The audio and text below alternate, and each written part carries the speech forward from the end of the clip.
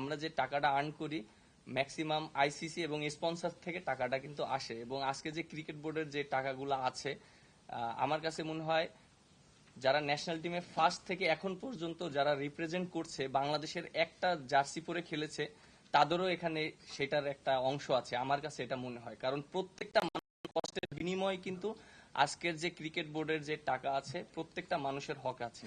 এবং মাঠে খেলা হচ্ছে বলেই কিন্তু আজকে আমাদের একটা ভালো জায়গায় আমরা ক্রিকেট বোর্ড আছি।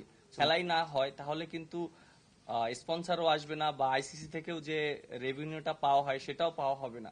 বাট আমার কাছে মনে হয় যে আমাদের এটা শুধু ব্যক্তিগত না, এটা প্রত্যেকটা ক্রিকেট ক্রীড়াঙ্গনের জন্য এটা একটা লজ্জাজনক। আর আমার কাছে মনে হয় যে যে উনি যে মন্তব্যটা করেছেন, আমি জানি না উনি কিভাবে করেছেন, বুঝে করেছেন না না বুঝে করেছেন।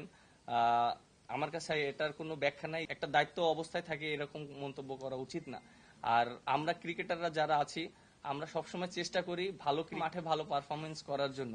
এবং আপনারা যেটা জানেন যে আমরা কিন্তু সবসময় সমালোচনা হই, আমরা মাঠে খেলি, পারফর্ম না করলে এনে এমন কোনো প্লেয়ার নেই বাংলাদেশের মানুষ সমালোচনা করেনি। আপনারাও সবসময় সমালোচনা করেন বা সবসময় আপনারা ভালো বলেন। আমরা যে স্টেটটা নিচ্ছি আপনারা আমাদেরকে সমর্থন করছেন, এই জিনিসটা আমার কাছে খুবই ভালো লেগেছে। এবং আরেকটা ইস্যু নিয়ে কথা বলতে চাই, যে প্রত্যেকটা মানুষের জানা উচিত যে আমরা যে আর্ন করি, আমরা কিন্তু আমরা মনে হয় বেশি ট্যাক্স দেই, সরকার থেকে আমরা টাকা পাই না। আমরা ক্রিকেট খেলে, মাঠে ক্রিকেট খেলে সম্পূর্ণটা আমরা ওইভাবে টাকাটা পাওয়া হয়। এই জিনিসটা হয়তো ক্লিয়ার করা হয় না, আমাদেরকে অনেক ধরনের ভুল বোঝানো হয়।